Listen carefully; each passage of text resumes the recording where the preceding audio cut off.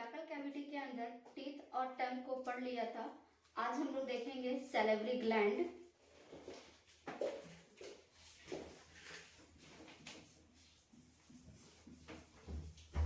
Salivary gland ये कहाँ present होता है? Present is outside of the buccal cavity. ये बकल कैविटी के आउटसाइड में पाया जाता है। देखिएगा कहाँ कहाँ पे होता है हमारा सैलिवरी ग्लैंड। तो ये देख रहे हैं हम चार जो है वो सैलिवरी ग्लैंड होते हैं। दो पैरोटिड होता है, एक सबलिंगुअल और एक सब मैक्सिलरी ग्लैंड, और उसी को सब मैंडिबुलर ग्लैंड भी कहते हैं। पैरोटिड ग्लैंड कहाँ होता है? हमारे इस जगह पे फेस के इस एरिया में होता है। एक लेफ्ट साइड में होता है, एक राइट साइड में होता है। दो पैरोटिड ग्लैंड होता है। सबलिंगुअल ग्लैंड कहाँ होता है? जैसे जीभ को ऊपर करें तो जीभ के नीचे जो मुलायम सरफेस दिखता है वो सरफेस क्या होता है? वहां पे अगर आप जीभ सटाएंगे तो वहां से आपको सैलिवा प्रोड्यूस होगा, लार महसूस होता है सबलिंगुअल ग्लैंड। उसके नीचे ही क्या होता है? सब मैक्सिलरी ग्लैंड होता है, जहां से क्या होता है? सैलिवा प्रोड्यूस होता है। सैलिवा क्या क्या चीजें पाई जाती है सैलिवा में? सैलिवा contain mucus, water, ions। Ions में कुछ होते हैं, कुछ पॉजिटिव आयंस होते हैं और कुछ नेगेटिव आयंस होते हैं। पॉजिटिव आयंस में सोडियम,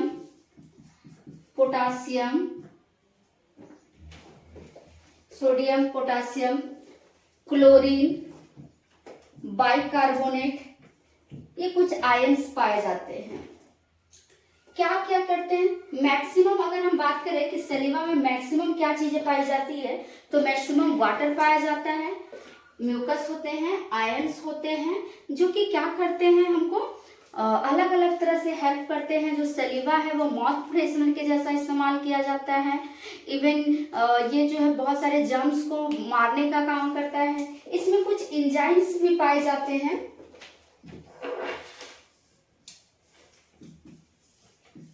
कंटेन एंजाइम। कौन कौन से एंजाइम पाए जाते हैं? पहला लाइसोजाइम, दूसरा सैलिवरी एमाइलेज।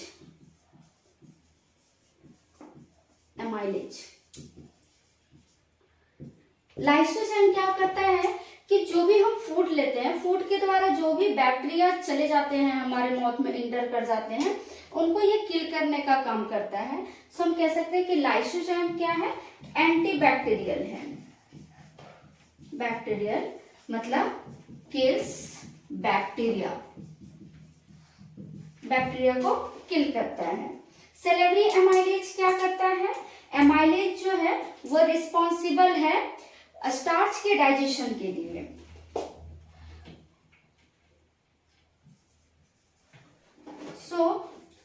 सैलिवरी एमाइलेज क्या करता है? स्टार्च को डाइजेस्ट करता है और ग्लूकोज में चेंज करता है। स्टार्च क्या है?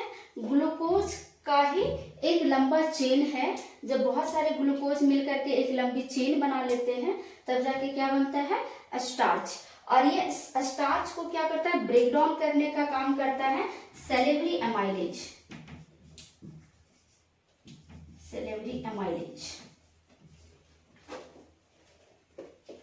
एक दिन में जो लार है थूक, वो कितना प्रोड्यूस होता है? 1.5 लीटर पर डे। मतलब एक दिन में जो हमारा सैलिवरी ग्लैंड है वो क्या करता है? 1 से 1.5 लीटर जो है वो प्रोड्यूस करता है लार। हमने देखा कि जो सैलिवरी ग्लैंड्स हैं वो कैसे कैसे हमको हेल्प करते हैं। एक बार फिर से बात करते हैं कि जो माउथ हमने पढ़ा, बकल कैविटी पढ़ा, तो उसमें टीथ क्या हो गया? टीथ जो थे वो फूड को चबाए, काटे, फाड़े, सब करके फूड को अच्छे से चबा लिए। टंग उसको क्या किया, मिक्स करने का काम किया। अब उसमें सलीवा मिल चुका है। सलीवा मिलने के बाद जो फूड है वो क्या बन जाता है, बोलस बन जाता है। बोलस मतलब एक कह सकते हैं कि बॉल के जैसा स्ट्रक्चर बन जाता है।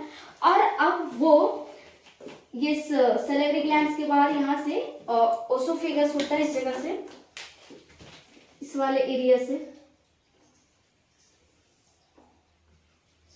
ओसोफेगस। और ओसोफेगस में एक कॉमन पाथ होता है pharynx. This is oesophagus, oesophagus and this is pharynx. तो ये जो फूड है वो फेरिंक्स में, फेरिंक्स क्या है, फेरिंक्स एक कॉमन पाथ है जहां से फूड और एयर दोनों पास होता है।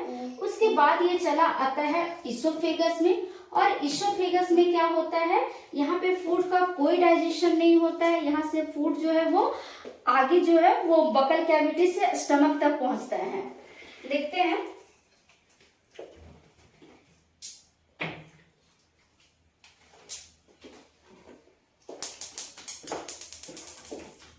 ये हम बना रहे हैं ओसोफेगस का फिगर। ये इस तरह का स्ट्रक्चर होता है ओसोफेगस। ओसोफेगस क्या है, एक पाइप है। और इस ओसोफेगस के अंदर में कुछ फिंगर लाइक सिलेरी मसल्स होते हैं, इस तरह से।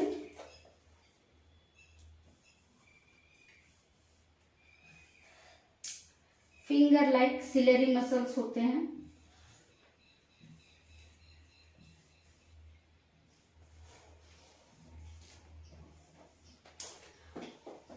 अब जो फूड है, सोचिए कि जैसे फूड हमारे बकल कैविटी से अगर डायरेक्ट हमारे स्टमक में आता तो क्या होता, वो दर्द भी फील होता, हमारे स्टमक में पेन भी होता।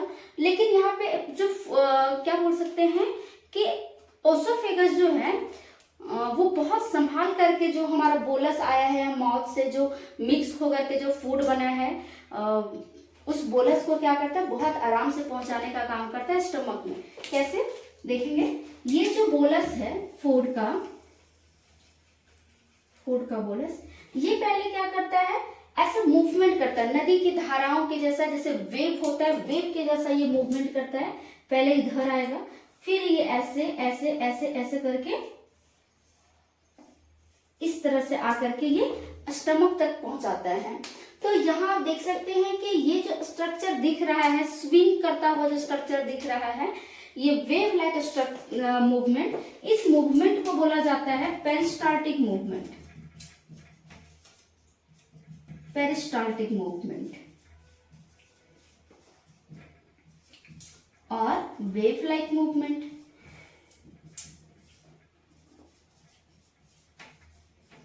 Wave like movement.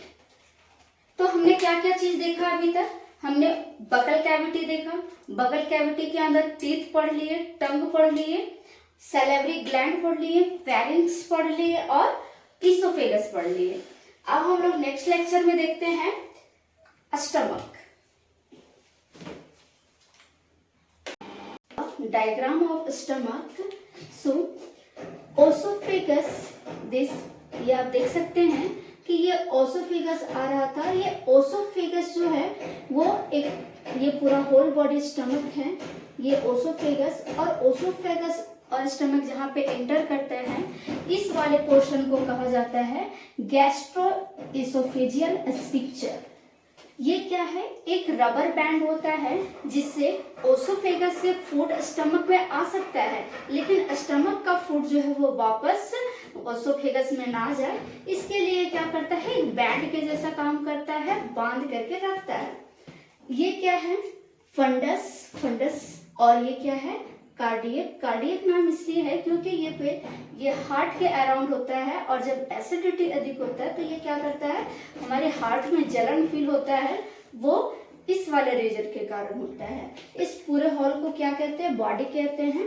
और जहां पे स्टमक लास्ट करता रहता है इसको बोलते हैं पाइलोरिक। और पाइलोरिक यहाँ पे एंड करता है, यहाँ से स्मॉल इंटेस्टाइन स्टार्ट होता है, इस वाले स्फिंक्चर्स को बोला जाता है पाइलोरिक स्फिंक्चर। सेम ये कंडीशन है कि पायलोरिक स्फिंक्टर जो है वो एक रबर बैंड होता है जो कि क्या करता है, इसको बांध करके रखता है ताकि जो स्टमक का फूड है वो इंटेस्टाइन के बाहर जाए। ऐसे कह सकते हैं कि ये ना इससे बाहर जा सकता है और ना ही कोई स्टमक का फूड इसके अंदर आ सकता है। तो ये दोनों को क्या करता है, क्लोज करके रखता है। तो गैस्ट्रोफेरेंजियल स्फिंक्टर और जो पायलोरिक स्फिंक्टर है ये क्या है, एक रबर बैंड है जो दोनों तरफ से स्टमक को क्या करता है, क्लोज करके रखता है, बंद करके रखता है। अब हम लोग देखते हैं थोड़ा कि जो हमारा स्टमक है ये इसमें क्या क्या चीजें पाई जाती हैं। तो सबसे पहले अगर हम इसका ट्रांसफर सेक्शन करें, मतलब अगर हम इसको काटे तो इसके अंदर इस तरह के लेयर्स में 4 लेयर्स में सेल हो। स्टमक के अंदर जो ये जो ल्यूमेन है यहाँ से जो कुछ ग्लैंड्स पाए जाते हैं, गैस्ट्रिक ग्लैंड, जैसे आप देखिएगा इस तरह से दिखता है ये कि स्टमक का जो ल्यूमेन है, अंदर का जो वॉल है ये ओपन होता है कुछ इस तरह के ग्लैंड से। इस ओपनिंग को अंदर में कर्व के जैसा होता है, इस ओपनिंग को बोला जाता है गैस्ट्रिक पिट्स। गैस्ट्रिक पिट्स। और ये जो ग्लैंड लाइक स्ट्रक्चर दिख रहा है इसको बोलते हैं गैस्ट्रिक ग्लैंड। Gastric gland. और इस गैस्ट्रिक ग्लैंड में कुछ स्पेशल सेल पाए जाते हैं जो कि क्या करते हैं, खास तरह के सिक्रीशन करते हैं। जैसे यहाँ पे 3 तरह के सेल पाए जाते हैं, हम इन सेल्स को बना लेते हैं।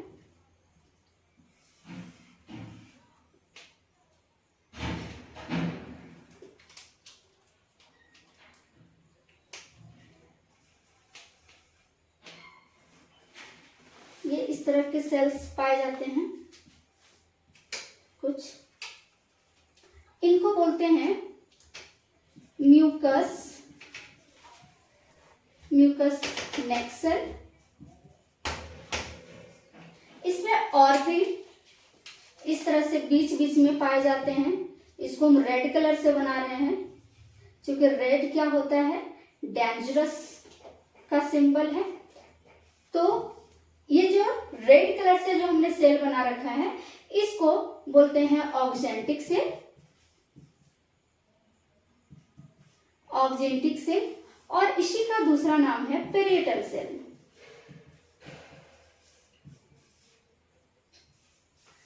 दूसरा नाम है इसका पेरिएटल सेल। एक और हम सेल बना लेते हैं बीच बीच में, ये इस तरह से इन्हीं के बीच में पाए जाते हैं। इनको बोलते हैं chief cell. Chief cell. Chief cell को ही बोला जाता है पेप्टिक सेल। इसी का दूसरा नाम है पेप्टिक सेल। Peptic cell. एक बार फिर से देखते हैं कि ये जो स्टमक है, ये स्टमक जो होता है वो अंदर से, ये अंदर से कैसा होता है, एक कर्व के जैसा होता है ल्यूमेन में, जो हम फिगर बनाए इस तरह से। ये जहां से ओपनिंग अंदर से कर्व बनता है, इस ओपनिंग को बोला जाता है गैस्ट्रिक पिट्स। और ये जो गैस्ट्रिक पिट्स जो है वो ग्लैंड बनाता है, जिसको क्या बोलते हैं, गैस्ट्रिक ग्लैंड बोलते हैं। और इस गैस्ट्रिक ग्लैंड में 3 स्पेशल सेल पाए जाते हैं जो हमने ग्रीन कलर से बना रखा है। ये फर्स्ट म्यूकस नेक सेल है, सेकेंड और ऑक्जेंटिक सेल, इसी का दूसरा नाम पेरिएटल सेल है, और तीसरा हमने बना रखा है चीफ सेल और पेप्टिक सेल। ये 3 स्पेशल सेल हैं जो कि क्या करते हैं, स्पेशल सिक्रीशन क्रिएट करते हैं, स्पेशल सिक्रीट्स करते हैं। देखते हैं कि क्या क्या चीजें ये सिक्रीट करते हैं। सो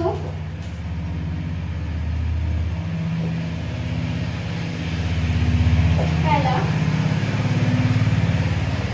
नेक सेल, म्यूकस नेक सेल, ये क्या सिक्रीट करते हैं, म्यूकस सिक्रीट करते हैं। दूसरा क्या है, ऑक्जेंटिक सेल।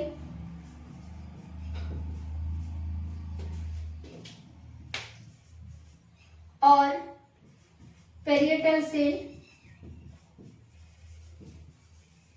ये क्या सिक्रीट करते हैं, ये HCl प्रोड्यूस करते हैं, हाइड्रोक्लोरिक एसिड प्रोड्यूस करते हैं।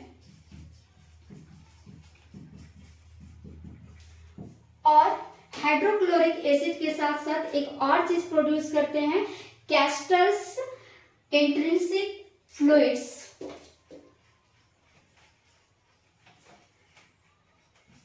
कैस्टर्स इंट्रिंसिक फैक्टर्स कह सकते हैं, फैक्टर्स। ये हमने देखा कि म्यूकस नेक सेल जो है वो क्या प्रोड्यूस करता है, म्यूकस प्रोड्यूस करता है। म्यूकस क्या होता है, एक व्हाइट चिपचिपा पदार्थ होता है जो कि क्या करता है कि अगर हमारे स्टमक में कुछ जर्म्स, वायरस, बैक्टीरिया वगैरह कुछ चले जाते हैं तो वो उनको क्या करता है, ट्रैप करता है और किल कर देता है। उसी तरह से सेकंड जो है वो ऑक्जेंटिक सेल, ये क्या, और पेरिएटल सेल, ये क्या सिक्रेट करते हैं, HCl सिक्रेट करते हैं, हाइड्रोक्लोरिक एसिड निकलता है इससे, और कैस्टर्स इंट्रिंसिक फैक्टर। इसके बारे में हम बात करते हैं कि HCl का मेन फंक्शन क्या है, देखते हैं इधर। Function of HCl, hydrochloric acid हमारे स्टमक में क्या करता है, सबसे पहला कि ये हाइड्रोक्लोरिक एसिड जो है वो क्या करता है, जर्म्स को मारने का काम करता है। तो लिख देते हैं ये क्या करता है, किल बैक्टीरिया। क्या करता है, ये बैक्टीरिया को मारता है। और हम बोल सकते हैं उसको कि ये पेप्सिनोजेन। देखिएगा एक चीज और, यहाँ पे तीसरा टाइप का जो सेल है उसको पहले डिस्कस कर लेते हैं। चीफ सेल, चीफ सेल और पेप्टिक सेल। पेप्टिक सेल ये क्या करते हैं, कुछ इंजाइम प्रोड्यूस करते हैं, इंजाइम्स प्रोड्यूस करते हैं। पहला इंजाइम है पेप्सिनोजेन, पेप्सिनोजेन। दूसरा एंजाइम है रेनिन, रेनिन। और तीसरा एंजाइम है गैस्ट्रिक लाइपेज, गैस्ट्रिक लाइपेज। जरा देखिए, फिर से देखते हैं इसको कि म्यूकस नेक सेल जो है वो क्या प्रोड्यूस करता है, म्यूकस प्रोड्यूस करता है। ऑक्जेंटिक पेरिएटल सेल जो है वो क्या करता है, HCl प्रोड्यूस करता है और कैस्टर इंट्रिंसिक फैक्टर प्रोड्यूस करता है। और जो थर्ड है चीफ सेल, चीफ सेल और पेप्टिक सेल, ये क्या करता है, कुछ एंजाइम प्रोड्यूस करते हैं। इस एंजाइम, कौन कौन से एंजाइम्स होते हैं, पेप्सिनोजेन, रेनिन, गैस्ट्रिक लाइपेज। अब हम सभी का फंक्शन देखते हैं कि क्या क्या ये फंक्शंस करते हैं। तुम लोग सबसे पहले देखते हैं कि म्यूकस क्या करता है। तो म्यूकस क्या करता है, बैक्टीरिया को ट्रैप करता है। कोई भी जर्म चला जाता है तो उसको ट्रैप करके किल करने का काम करता है। HCl क्या करता है, सबसे कि वो किल करता है बैक्टीरिया को। और क्या करेगा, ये जो पेप्सिनोजेन है, पेप्सिनोजेन इसको कन्वर्ट करता है पेप्सिन में, पेप्सिन में। पेप्सिनोजेन जो है वो एक कह सकते हैं कि इनएक्टिव प्रोटीन है, इनएक्टिव एंजाइम है। इसको ये एक्टिव करने का काम करता है। और क्या करता है, हम जो आयरन खाते हैं, जो भी आयरन कंपाउंड्स हम लेते हैं, वो मॉलिक्यूल्स क्या होते हैं, Fe3 फॉर्म में होते हैं, जिसको ये क्या करता है, Fe2 फॉर्म में कन्वर्ट करने का काम करता है। जिससे क्या होता है कि हमारा बॉडी जो है वो आयरन को एब्जॉर्ब कर पाए। तो ये हमने देखा कि HCl जो है वो क्या क्या काम करता है। अब देखते हैं कैस्टर इंट्रिंसिक फैक्टर, ये क्या करता है। कैस्टर इंट्रिंसिक फैक्टर जो है ये हमारा बॉडी खुद रिलीज कर रहा है, हमारा स्टमक खुद रिलीज कर रहा है। तो ये एक तरह के एक्सट्रिंसिक फैक्टर को क्या करता है, ये डाइजेस्ट करने का काम करता है। जैसे कि यहीं पे लिख देते हैं इसको, help to digest Castle's extrinsic factor, extrinsic factor जो हमको विटामिन B12 से मिलता है। विटामिन B12 से हमको मिलता है कैस्टल एक्सट्रिंसिक फैक्टर, जिसको डाइजेस्ट करने का काम कौन करता है? कैस्टल इंट्रिंसिक फैक्टर काम करता है। तो ये हमने देखा कि कैसे ऑब्जेक्टिव सेल जो है वो कौन कौन से सिक्रीशन क्रिएट करते हैं और वो सिक्रीशन जो है वो कैसे कैसे किन चीजों को डाइजेस्ट करने का काम करते हैं। अब हम लोग देखते हैं चीफ सेल कैसे कैसे वर्क करता है। आप इसका स्क्रीनशॉट ले सकते हैं।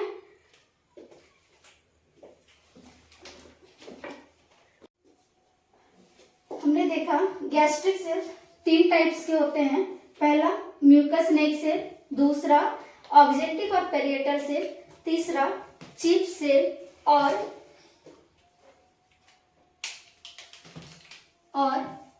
Peptic cell.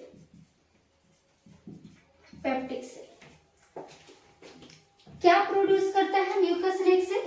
Produce mucus. ये क्या प्रोड्यूस करते हैं? HCl और Castle's intrinsic factor. Chief cell क्या प्रोड्यूस करते हैं? पेप्सिनोजेन,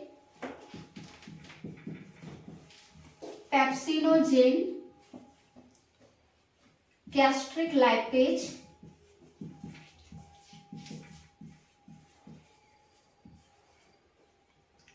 और रेनिन।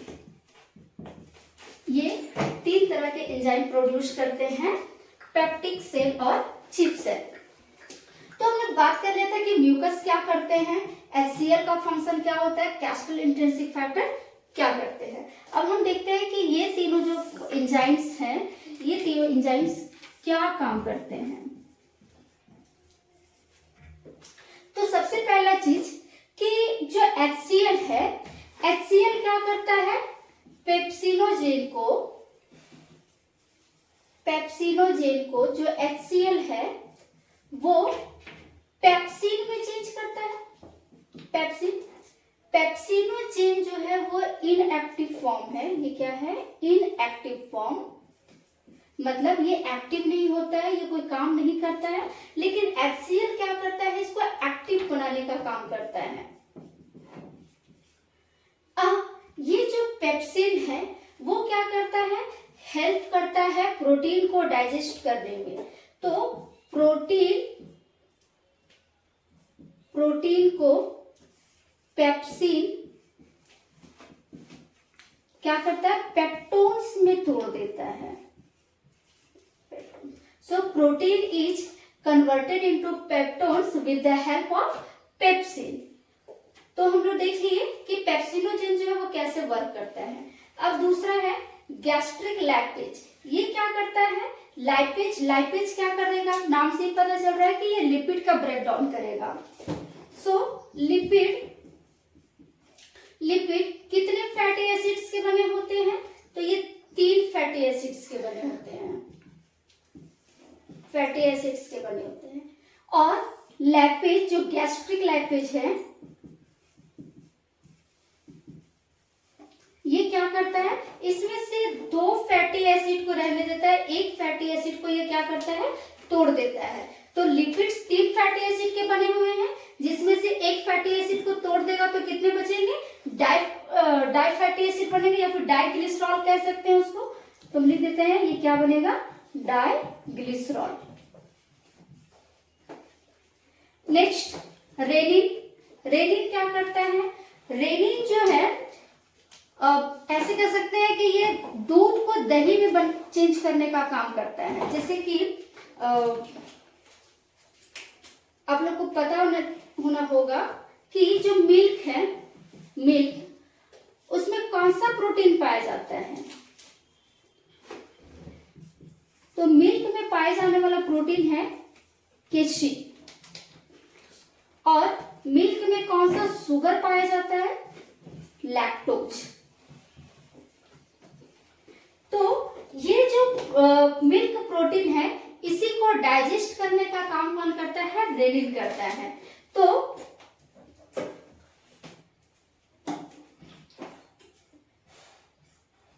देखिए प्रोटीन क्या करता है, चेंज होता है पेप्टोन्स में। इसको चेंज करने का काम कौन कर रहा है, पेप्सिन कर रहा है।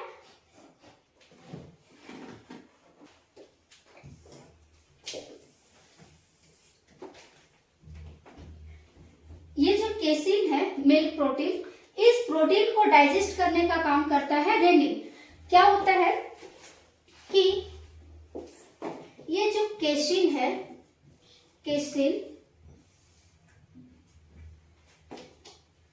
इसको रेनिन कन्वर्ट करता है पैरिक एसिड में।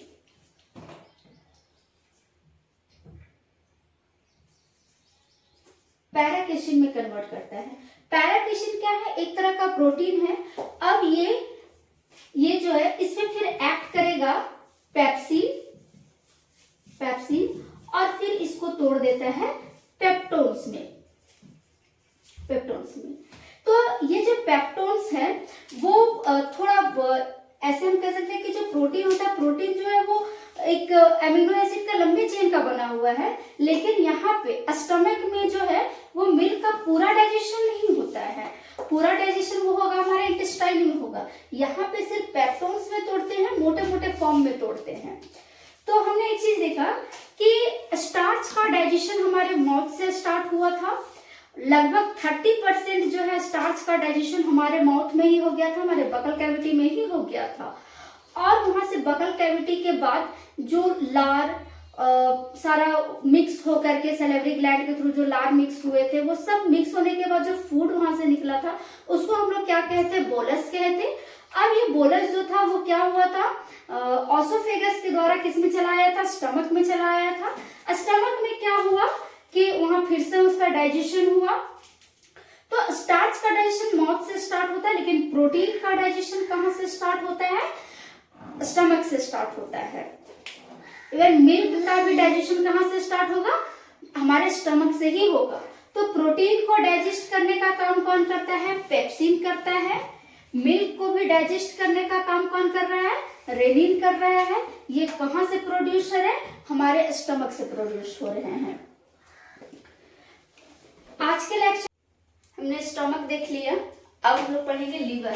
जरा देखते हैं लीवर कैसे होता है, कहां पे प्रेजेंट होता है लीवर।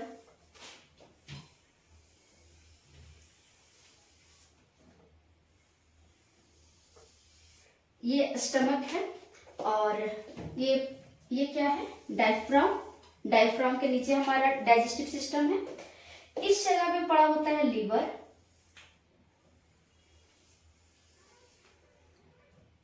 और जो लीवर है वो बाइलोब्ड होता है, 2 लोब होते हैं इसके।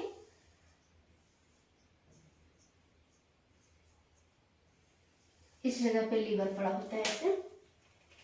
अब देखेंगे कि ये जो लीवर है ये दोनों एक पाइप से, एक डक्ट से कनेक्ट होता है ऐसे।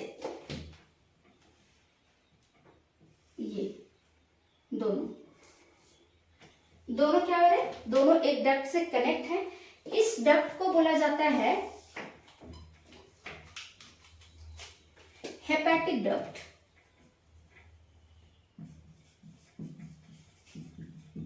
Hepatic duct. अब ये जो डक्ट है, इस डक्ट से यहां पे एक ज्वाइंट होता है, एक ऑर्गन, ये है गॉल ब्लैडर, जिसको हिंदी में क्या बोला जाता है, पित्ताशय बोला जाता है, पित्त। ये क्या है, गॉल ब्लैडर।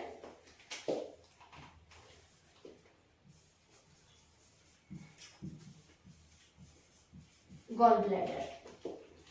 अब ये जो गॉल ब्लैडर है, गॉल ब्लैडर और हेपेटिक डक्ट जिस जगह से मिलते हैं, इस जिसमें गॉल ब्लैडर जो है, इस डक्ट को बोला जाता है सिस्टिक डक्ट। इसको बोला जाता है सिस्टिक डक्ट। और ये जो दोनों जिस जगह पे ज्वाइंट होकर के आ रहे हैं, ये वाला एरिया, इसको बोला जाता है common duct. This is common duct.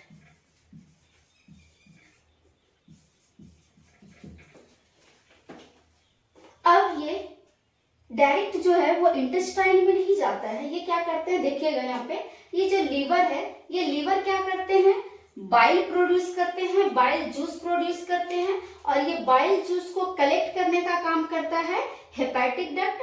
और हेपेटिक डक्ट से जुड़ा होता है एक और ऑर्गन गॉल ब्लैडर, जिसको पित्ताशय बोला जाता है।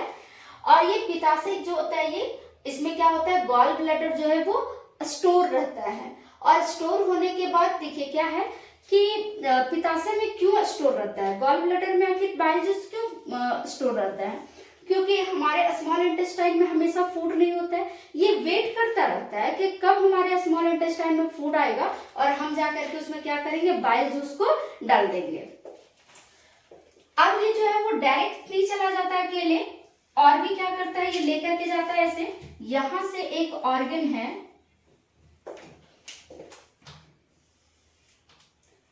एक ऑर्गन है,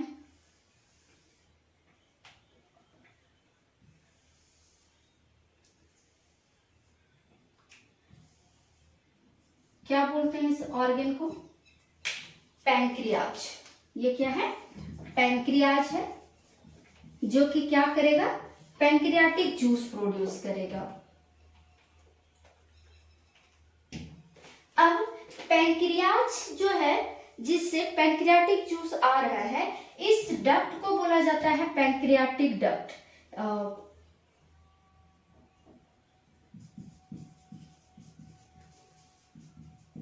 पैंक्रियाटिक डक्ट, और इसी का दूसरा नाम है डक्ट ऑफ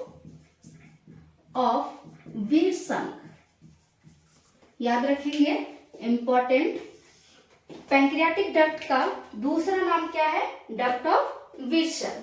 अब ये जो पैंक्रियाटिक डक्ट है, ये आगे आकर के इससे ज्वाइंट होता है, ये जो हम देख रहे थे कॉमन बाइल डक्ट से, जहां पे ज्वाइंट होता है, इस रीजन को बोला जाता है हेपेटोपैंक्रियाटिक डक्ट। हेपेटोपैंक्रियाटिक डक्ट, पैंक्रियाटिक डक्ट, इस वाले रीजन को। अब ये जो एरिया है, ये धीरे धीरे ऐसे करके स्वेल करता है, थोड़ा फूल जाता है, आगे आकर के फूल जाता है, फूला हुआ एरिया, इस एरिया को बोला जाता है हेपेटोपैंक्रियाटिक एम्पुला। कॉन्सेप्ट नॉर्मल सा है कि जब कोई एरिया स्वेल कर जाता है, फूल जा रहा है, फूला हुआ एरिया है, तो हम उसको क्या कहते हैं, एम्पुला कहते हैं। तो इसको लिख देते हैं, ये क्या है, हेपेटोपैंक्रियाटिक